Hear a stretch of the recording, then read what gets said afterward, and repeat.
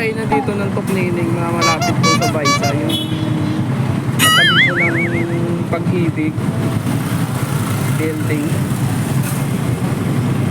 Yadayo po yun dito, yung Tuknining na yan. Pinoy balot.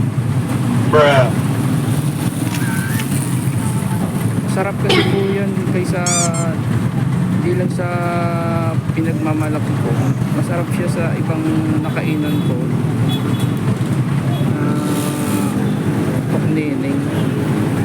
Dito kasi bagong luto, pag kinuha mo, sariwa, malutong pa siya. Sarap siya. May mga gulay.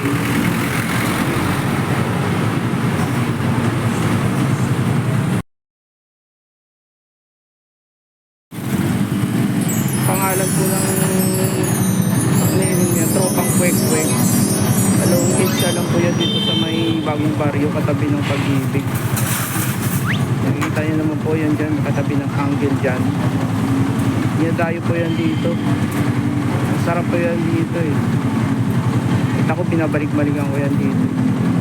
Sinong mahilig dyan, pwede kayo dito.